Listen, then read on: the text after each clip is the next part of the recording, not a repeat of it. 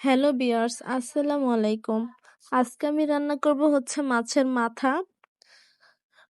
তো মাছের মাথাগুলো রান্না করার জন্য কিন্তু আমি মাথাগুলোকে ভালো করে লবণ আর হলুদ মাখিয়ে কিছু সময় রেখে দিয়েছিলাম। তো রেখে দেওয়ার পরে কিন্তু আমি মাছের মাথাগুলোকে ভেজে নিব।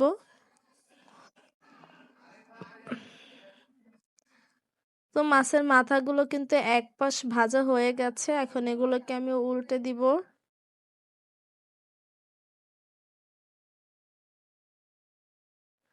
তো এইভাবে কিন্তু উল্টে পাল্টে আমি মাছের মাথাগুলোকে খুব ভালো করে একটু ভেজে নিব।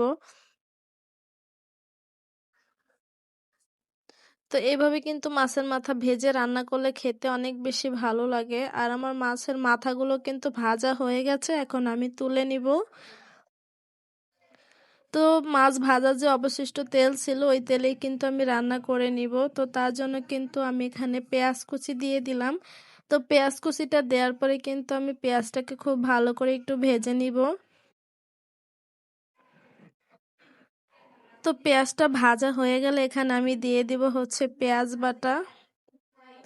পেঁয়াজ বাটাটা দেওয়ার পরে কিন্তু আমি ভালো করে একটু নেড়ে চেড়ে দিব।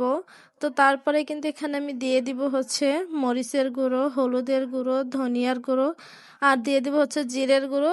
তারপরে আমি দিব হচ্ছে পরিমাণ মতো লবণ। তো এগুলো দেওয়ার পরে কিন্তু আমি মশলাটাকে খুব ভালো করে একটু নেড়ে চেড়ে দিব। তো মশলাটাকে আমি একটু কষিয়ে নেওয়ার পরে কিন্তু এখানে একটু পানি দিয়ে দিব, আর পানি দিয়ে কিন্তু আমি মশলাটাকে ভালো করে একটু কষিয়ে নিব।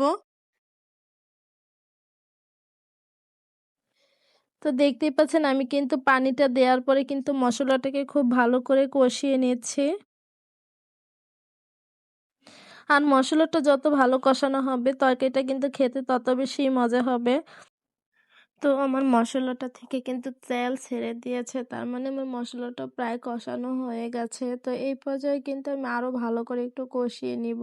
তো দেখতেই পাচ্ছেন আমার মশলার মধ্যে কিন্তু কোনো রকম পানি নেই, একদম তেল ছেড়ে দিয়েছে। তো এই পর্যায়ে আসলে কিন্তু আমি একটু নেড়ে চেড়ে দিব। তো একটু নেড়ে চেড়ে নেওয়ার পরে কিন্তু আমি এখানে ঝোলের পানিটা দিয়ে দিব। আর পানিটা দেওয়ার পরে কিন্তু আমি মশলাটাকে খুব ভালো করে একটু নেড়ে চেড়ে মিশিয়ে নিব।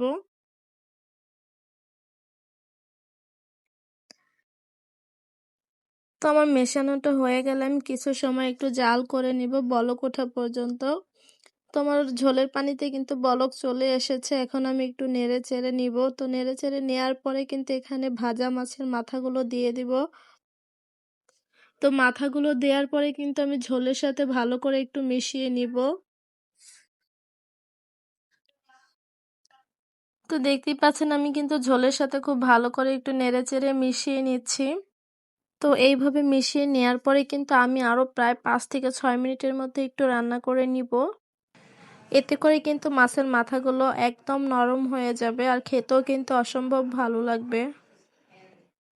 তো এভাবে কিন্তু আমি আরো কিছু সময় একটু জাল করে নিয়েছি, এখন একটু ভাজা জিরের গুঁড়ো দিয়ে দিব। আর জিরের গুঁড়োটা দেওয়ার পরে আমি দিয়ে দিব হচ্ছে ধনিয়া পাতা কুচি।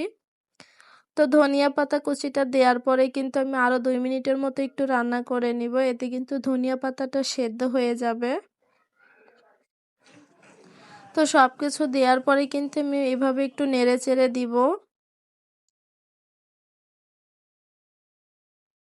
তো এইভাবে কিন্তু আরো 2 মিনিটের মতো একটু রান্না করেই আমি নামিয়ে নেব। তো আমার রান্নাটা কিন্তু হয়ে গেছে, দেখতেই পাচ্ছেন। এখন এটাকে আমি নামিয়ে নিব। আল্লাহ